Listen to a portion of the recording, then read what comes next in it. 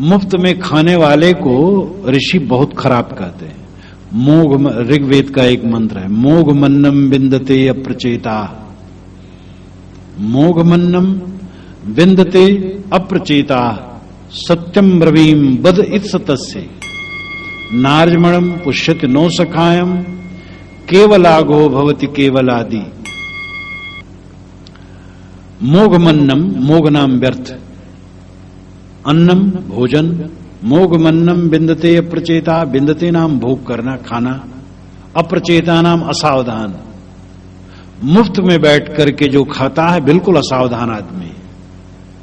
जो कोई काम नहीं करता मुफ्त में बैठ करके खाना चाहता है बिल्कुल असावधान है। मोघ मन्नम बिंदते अप्रचेता, ते नाम भोग करना, खाना, अप्रचेता नाम असावधान। मुफ्त में बैठ करके जो खाता है बिल्कुल असावधान आदमी है। जो कोई काम नहीं करता मुफ्त में बैठ करके खाना चाहता है बिल्कुल असावधान है। मोघ मन्नम बिंदते अप्रचेता सत्यम ब्रवीम बद इत सतस्य। मैं सत्य कहता हूं, वो अपना बध कर रहा है, अब अपना हनन कर रहा है। जो मुफ्त में बैठ करके खाता है, बिना काम धाम किए खाता है। अब ये नहीं कि घर का बूढ़ा है बेचारा, अब कर तो दिया, 60 वर्ष में रिटायरमेंट होता है तो सरकार पेंशन देती है, अब घर का बूढ़ा बैठ करके खाता तो समझे अपराध करता है, ठीक नहीं। जो असमर्थ है, बूढ़ा है, कोई बात नहीं, बैठ करके खाए, लेकिन उसको भी कुछ कर लेना चाहिए। बूढ़ा भी अगर कहीं बच्चे को पुचकार ले तो उसकी बहुएं खुश हो जाएंगी। और दरवाजा अगर साफ नहीं, थोड़ा बुहार दे, क्या इज्जत घट जाएगी, तो लड़का खुश हो जाएगा। इस घट जाएगी तो लड़का खुश हो जाएगा। इसलिए जितना बन सके कुछ बूढ़ों को भी करना चाहिए, निठल्ला न रहना चाहिए। लेकिन अब करने के समर्थ न हो तो न करे तो कोई हर्ज नहीं, वो अपराधी नहीं। मोघ मन्नम बिंदते अप्रचेता सत्यम ब्रवीम बद इत्सतस्य। ऋषि कहते मैं सत्य कहता हूं, वो अपना बध कर रहा है अगर मुफ्त में खा रहा है तो। नार्जमणम पुष्यति नो सखायम। जो श्रेष्ठों को नहीं खिलाता है, पूज्यों को नहीं खिलाता है, और सखायम मित्रों को नहीं खिलाता है, सुजनों को नहीं खिलाता है, तो केवलाघो भवति केवलादि। केवलादि केवल अपना ही पेट भरता है तो केवलाघो भवति, वो महापापी है, केवल पापी है। तो इसमें सब बातें आ गई। एक तो बैठ करके न खाओ, और दूसरी बात जिसको खिलाना चाहिए उनको खिलाओ। आर्जमणम यानी आर्ज पुरुषों, श्रेष्ठ पुरुषों, विद्वान पुरुषों, त्यागियों, सदाचारियों, पूज्यों का सत्कार करो, उनको खिलाओ पिलाओ। और मित्रों को, स्वजनों को, जिनकी जिम्मेदारी उनको खिलाओ पिलाओ। ये नहीं तुम ही बैठ करके खा लो और उनको उन पर ध्यान न दो। तो कर्म करते हुए जीना और अनासक्त होकर के कर्म करते हुए जीना, यही चारा है कि हम सुख से जी सके। कर्म न करें तो खाएंगे क्या, ये जीवन कैसे चलेगा। और कर्म करें, आसक्त होकर के करें तो बध जाएंगे। इसलिए एक ही चारा है कि कर्म करें लेकिन आसक्त न हो, व्यवहार करें लेकिन कहीं मोह न करें।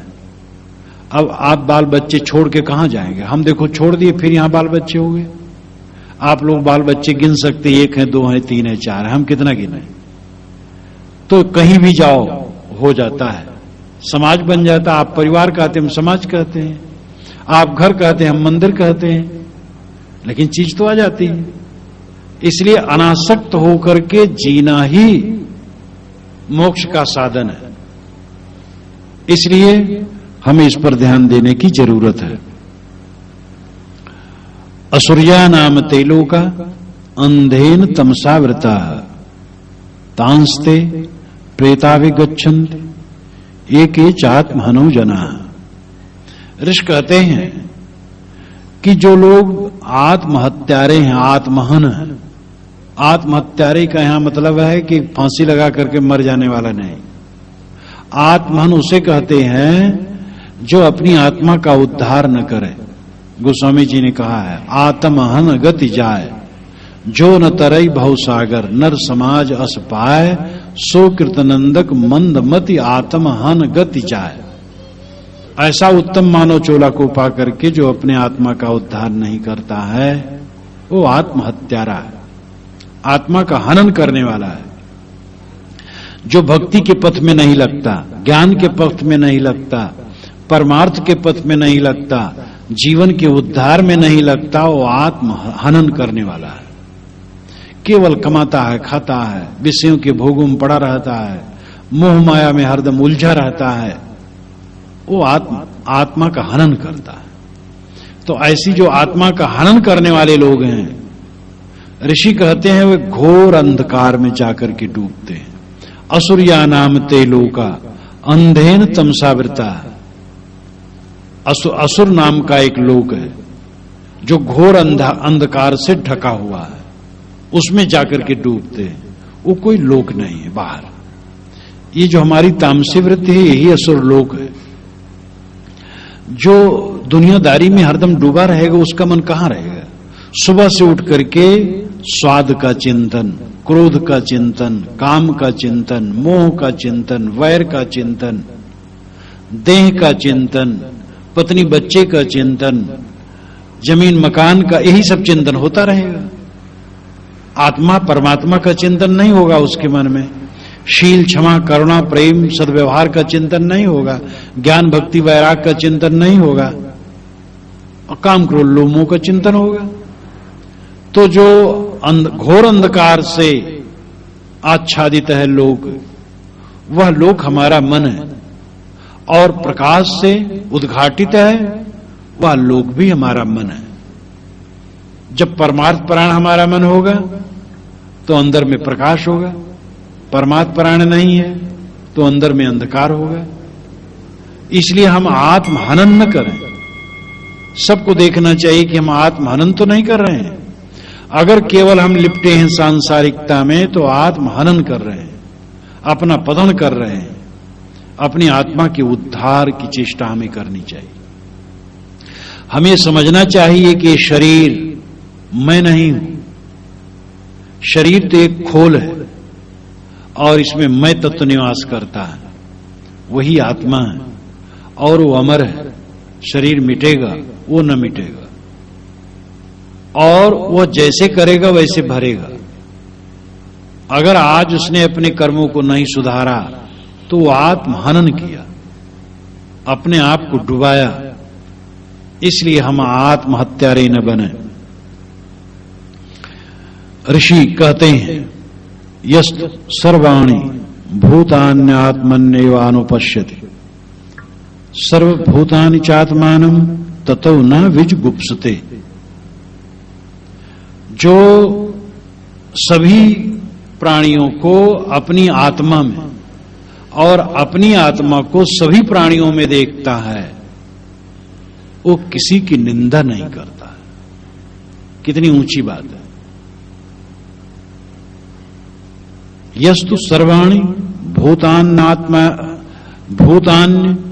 आत्मन्येवानुपश्यति सर्वभूतानि चात्मानं ततो न विजुगुप्सते।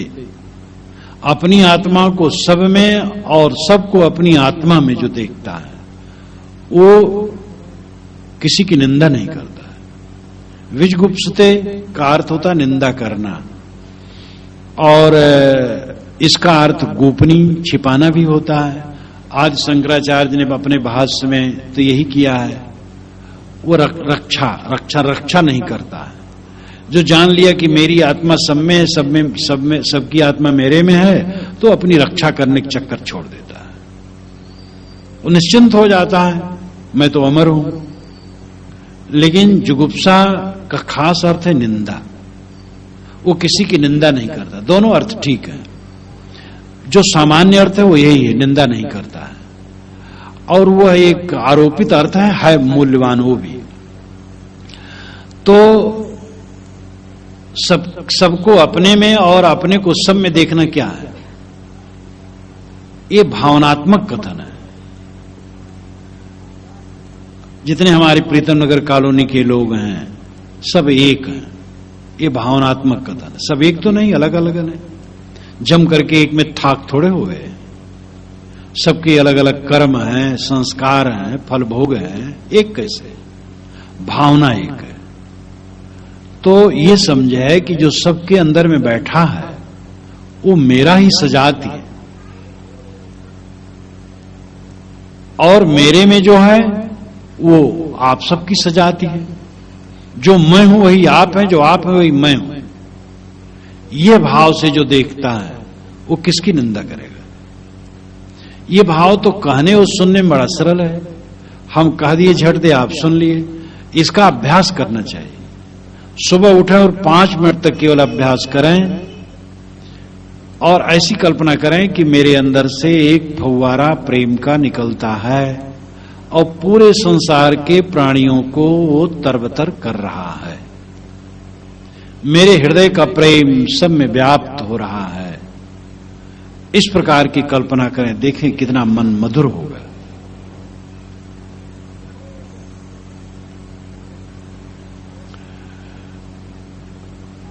और हमारा मन विषाक्त है, विषैला है, इसलिए हमें सर्वत्र कटुता दिखती है। हमारा मन विषैला न हो तो हमारे अंदर में अमृत की धारा बहे। ब्राह्मण शूद्र, हिंदू मुसलमान, ईसाई यहूदी, वैष्णव कबीरपंथी, वेदांती आर्य समाजी, ये सब सरणियां हैं, संप्रदाय है, पंथ है, अपने अपने कुछ नियम है। इन लोगों को लेकर के वास्तविकता में कोई अंतर नहीं। आजकल ये ज्यादा प्रचार किया जा रहा है कि हम लोग असुरक्षित हैं, संगठित हो। ये पागलपन ऐसा सवार होता जा रहा है सभी वर्गों में कि एक दूसरे से युद्ध करने के लिए गोली बंदूक लेके सामने आ रहे हैं। हम और आप एक ही हैं। ये इसको आज खत्म किया जा रहा है, ये बंद करो। हम एक दूसरे के दुश्मन हैं और ये देश को तोड़ करके रख देगा। ये हमें समझना चाहिए। हम बिल्कुल असुरक्षित नहीं हैं। देखो ऋषि क्या कहते हैं, यस्तु सर्वाणि भूतानि आत्मन्येवानुपश्यति सर्वभूतानि चात्मानं ततो न विजुगुप्सते। जो ये देखता है कि मेरी आत्मा सब में और सबकी आत्मा मेरे में, वो किसकी निंदा करेगा? मेरी आत्मा हिंदुओं में खाली, मुसलमानों में नहीं है। क्या ये भी बात है? कोई मियां कहे मेरी आत्मा केवल मुसलमानों में, हिंदुओं में नहीं है, तो क्या मियां समझते हैं? इसी प्रकार आर्य समाजी, कबीरपंथी, वैष्णव, बौद्ध, जैन एक कहें अपनी आत्मा को अपने पंथ वालों में, तो क्या वो समझते हैं? ऋषि तो ऐसा नहीं कहते हैं, वो तो सब में कहते हैं। हम अपने को सब में देखें और सबको अपने में देखें। हमारे सब सजाती है। इसी भावना का प्रचार सदगुरु कबीर ने बहुत जोर तोड़ से किया। उपनिषद से मिलाया जाए तो कबीर साहब के विचार काफी मिलते हैं। और इन्हीं विचारों की आवश्यकता है। घर में 4 लोग आप रहते हैं और 2 से प्रेम करें, 2 से बैर करें, आपका घट कुछ दिन में टूट जाएगा। आपके देश में जितने लोग रहते हैं उनमें कुछ में तो प्रेम करें, कुछ से बैर का बीज बोएं, देश आपका टूट करके रहेगा। और जो क्षुद्र स्वार्थ वाले हैं वे नहीं समझ पाते हैं, लेकिन इसका भयंकर परिणाम इतना होगा कि रोते नहीं सिराएगा। इसलिए प्रेम की गंगा बहनी चाहिए, हर स्तर पर प्रेम की गंगा बहनी चाहिए। ऋषि कहते हैं जस्मिन् सर्वाणि भूतानि आत्मैव अभूत विजानता तत्र को मोह कः शोक एकत्वमनुपश्यति। जिसने समझ लिया, जो समझ लिया कि मेरी आत्मा सबकी आत्मा हो गई, उस सब में अपने को और अपने को सब में देख लिया, का मोह का शोक, उसको मोह कहा और शोक कहा। और भय कहां? इसको हम देखना शुरू करें तब काम बनेगा। केवल ये प्रवचन का विषय न समझें, श्रवण का विषय न समझें, प्रयोग का विषय समझें। इसका प्रयोग इंजीनियरिंग कॉलेज में जहां पढ़ाया जाता है तो बच्चों को पढ़ाया जाता है, फिर उसका अभ्यास कराया जाता है। जहां लोहार बैठा होता है और अच्छे डिप्टी और कलेक्टर और कमिश्नर के लड़के वहां जाते हैं और लोहा गलाते हैं और सर से पकड़ते हैं और कूटते हैं, वो सब अगर करेंगे नहीं ना तो कागज में पढ़ने से क्या होगा? डॉक्टर कागज में पढ़ ले और प्रयोग न करें तो क्या होगा? ऐसे हम लोग ज्ञान की बातें पढ़ लें, कह लें, सुन लें और प्रयोग न करें, जीवन में मधुरता न आए, प्रेम की गंगा न बहे, तो ये प्रवचन से क्या होगा? प्रवचन का उपयोग हमारे जीवन में होना चाहिए। तो ऋषि कहते हैं कि जो जिसकी आत्मा सबकी आत्मा हो गई, जो ये मान लिया कि सब मेरे सजाती हैं, सब तेरे तू सबन का को जाने रिसाए, घाव काहि पर घालो जित देखो तित प्राण हमारो। साहब कहते हैं कि मैं किसको चोट पहुंचाऊं, जहां देखता हूं हमारा प्राण प्यारा है। सहृदयम सो मनुष्यम अविद्वेषम कृणोमेवह अन्यो अन्यम अविहरियत वत्सम जात मेवाग नया। ये भी वेद का मंत्र है। ऋषि कहते हैं कि अपने मन को कैसा बनाना चाहिए? कोमल बनाना चाहिए, द्वेष रहित बनाना चाहिए और एक दूसरे से व्यवहार कैसे करना चाहिए? जैसे नवजात बछड़े से उसकी मां गाय करती है। अन्यो अन्यम अभिहरियत वत्सम जात मेवाग नया। अग्नया, अग्नया नाम जिसको मारना नहीं चाहिए। गाय के लिए अघना शब्द का प्रयोग वैदिक काल में हुआ था। गाय लोग पहले मारते थे तो उसको बंद किया गया, कहा भाई अग्नया है, नहीं मारना चाहिए। तो गाय का नाम ही रूढ़ हो गया अग्नया, नहीं मारने योग्य। वत्सम जात में वाग्नया, गाय जैसे अपने नवजात बछड़े को प्यार देती है वैसे अन्यो अन्यम अभिहरियत, हम एक दूसरे के साथ व्यवहार करें। कितना ऊंचा विचार है। और इसमें कोई भेद नहीं, आर्ज से करें अनार्ज से न करें, ऐसा ऋषि ने नहीं कहा। आवाज की भाषा में ही समझ लो, हिंदू से करें मुसलमान से न करें, शैव से करें शाक्त से न करें, कबीरपंथी से करें वैष्णव से न करें, ये नहीं। और भारतीय परंपरा तो यही है कि मनुष्य करें और बगैर मनुष्य न करें। भारतीय परंपरा तो यह है कि कुंजर कीरी सबके साथ करुणा का व्यवहार। भारतीय परंपरा के अतिरिक्त परंपराओं में तो कितनी परंपरा ऐसी भी है कि अन्य प्राणी मारने खाने बने, मारते खाते तो यहां के भी लोग भी हैं, सब जगह है। लेकिन भारतीय परंपरा के शास्त्रों में लिखा गया है कि जीव मात्र को वह तत्व समझो और किसी प्राणी को तकलीफ देने की चेष्टा न करो। अंधम तमः प्रविशन्ति ये अविद्याम उपास्ते ततो भूयुते तमो या वो विद्यामृतः। ऋषि कहते हैं कि जो अविद्या में लीन है वह घोर अंधकार में डूबे, और जो विद्या में डूबे हैं वह और घोर अंधकार में डूबे। यहां कबीरी भाषा बोल रहे हैं ऋषि। कबीरी भाषा जगह जगह है।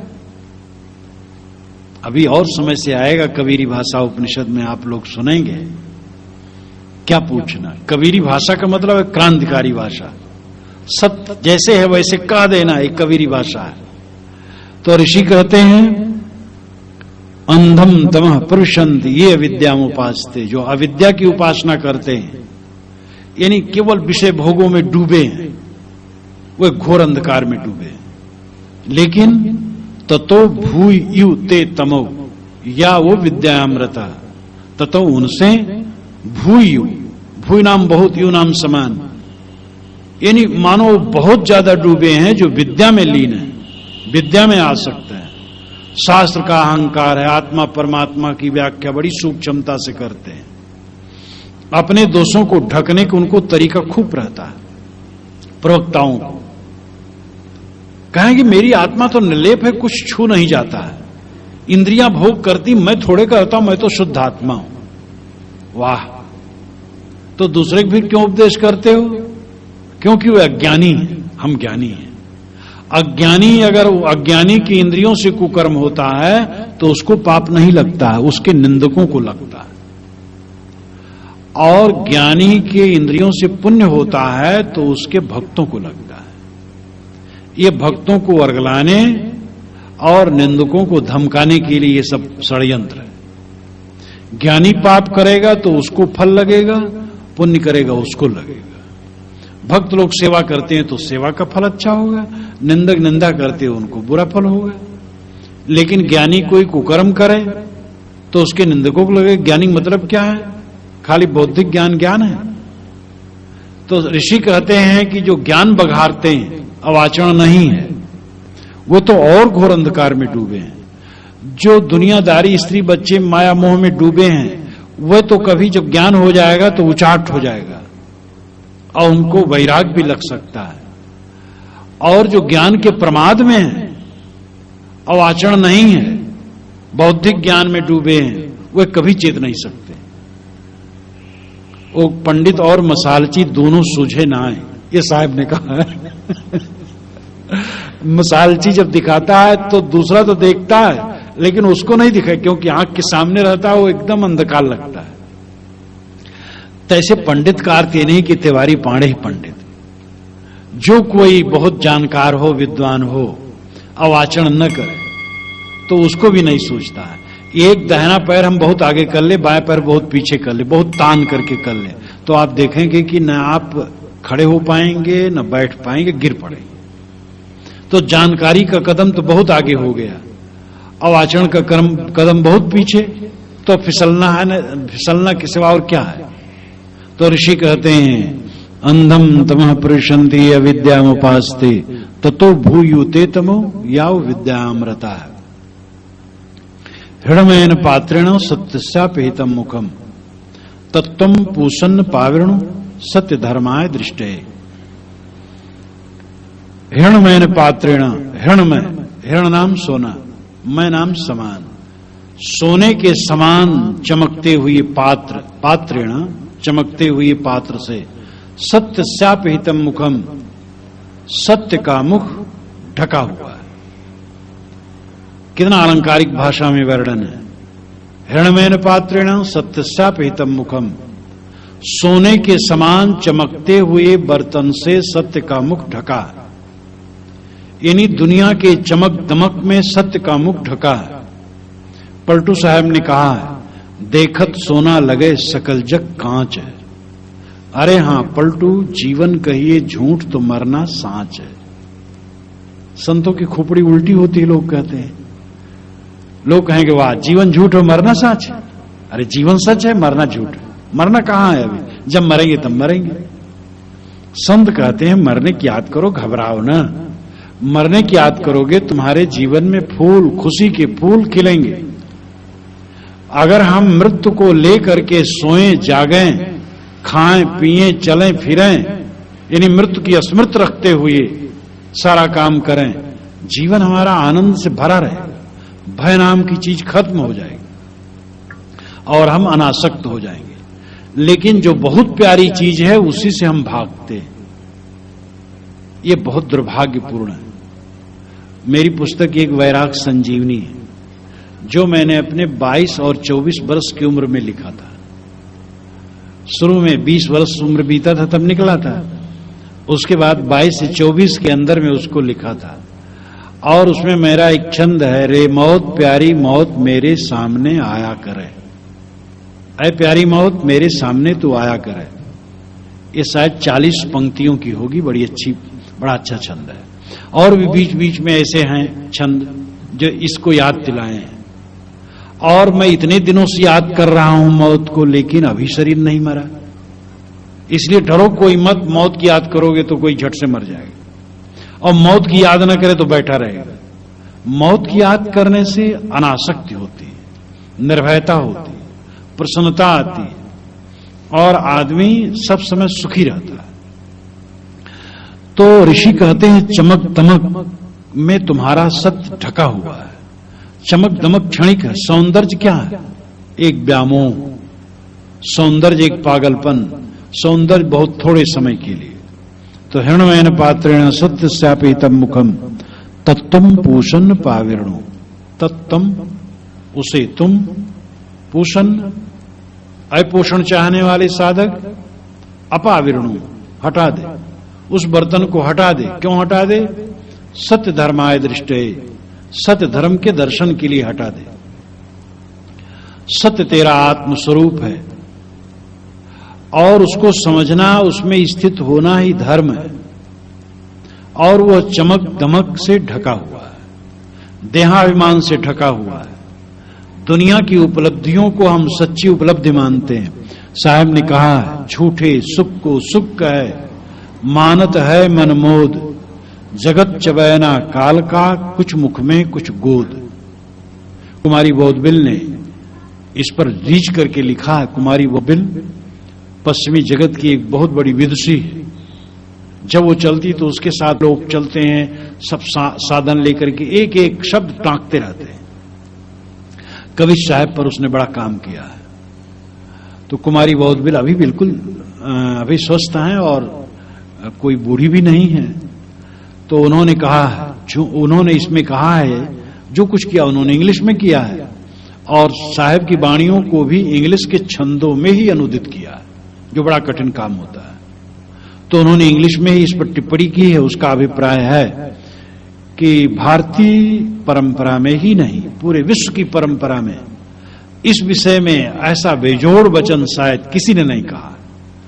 बहुत भावुक होकर के रीच के कही है।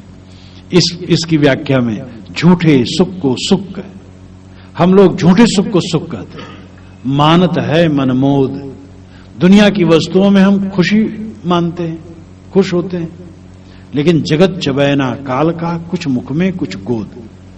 ये जगत तो काल का चबैना है।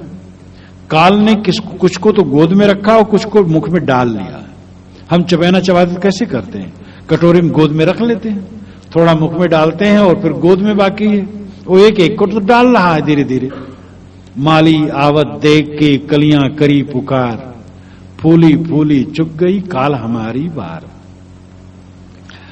तो ऋषि कहते हैं कि चमक दमक में सत्य का मुख ढका हुआ है, इसलिए चमक दमक को हटा दो। अपनी दृष्टि में चमक दमक न रखो, विचार करो।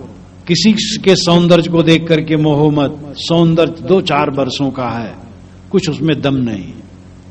सारा संजोग, सारी गुदगुदी क्षण में बिखर जाएगी।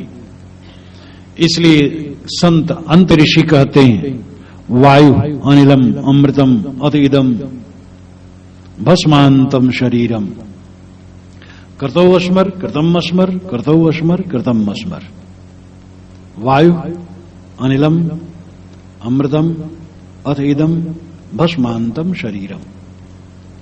अंत में शरीर भस्म हो जाएगा। वायु प्राणवायु अनिल में, विराट वायु में मिल जाएगा और आत्मा उससे अलग हो जाएगी। ये दशा आने वाली है, सबका आएगी, कोई बचेगा नहीं। विद्वान अविद्वान, साधु गृहस्थ, बहुत रागी विरागी, कोई नहीं बचेगा। कोई बहुत राग करे दुनिया में कि मैं तो यहीं रहूंगा, बचेगा नहीं। जाना है और अचानक जाना है। इसलिए ऋषि कहते कृतम अस्मर कृतौ अस्मर कृतौ अस्मर कृतम अस्मर कृतौ अस्मर कृतम अस्मर। जोर डालते हैं, अपने कर्मों का स्मरण करो। तुम जो कर रहे हो उसका ख्याल करो। आज तक जो तुमने किया उसका ख्याल कर, और आज जो कर रहा है उसका ख्याल कर। कर्मों को सुधार। अवंत में एक दिन आएगा, ये प्राणवायु विराट वायु में मिल जाएगा और शरीर भस्म हो जाएगा और ये हंसा उड़ करके चल देगा। वो कैसे वो भजन आया है कि समय का पंछी उड़ते जाए, तो पंछी, ये पंछी तो उड़ जाएगा, हंस, भारतीय भाषा में तो हंस आत्मा को कहा गया है, और कबीर साहब ने तो सर्वाधिक कहा है, अपनी केवल बीजक में बहुत कहा है, अपनी वाणियों में खूब कहा है। हंसा प्यारे सरवर तज कहां जाए, ये हंस इसमें बटाऊ के रूप में, हंस बटाऊ माए, जैसे बटोही हो, कहीं आके टिक गया हो चल दे, तैसे हम लोग प्रीतम नगर में आके टिक गए हैं और चल देना है। तो ऋषि अंतिम बात याद कराते हैं, वायु अनिलम अमृतम अतिदम भस्मांतम शरीरम कृतौ अस्मर कृतम अस्मर कृतौ अस्मर कृतम अस्मर। शरीर भस्म हो जाएगा, प्राणवायु विराट वायु में मिल जाएगा, आत्मा अलग हो जाएगी, शरीर भस्म हो जाएगा।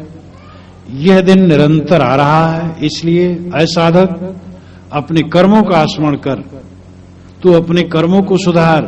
तेरे से गलत कर्म हो गए हैं तो फिर गलत कर्म न हो, उसके लिए पश्चाताप उतना हो जिससे तू कमर पकड़ करके बैठ न जाए।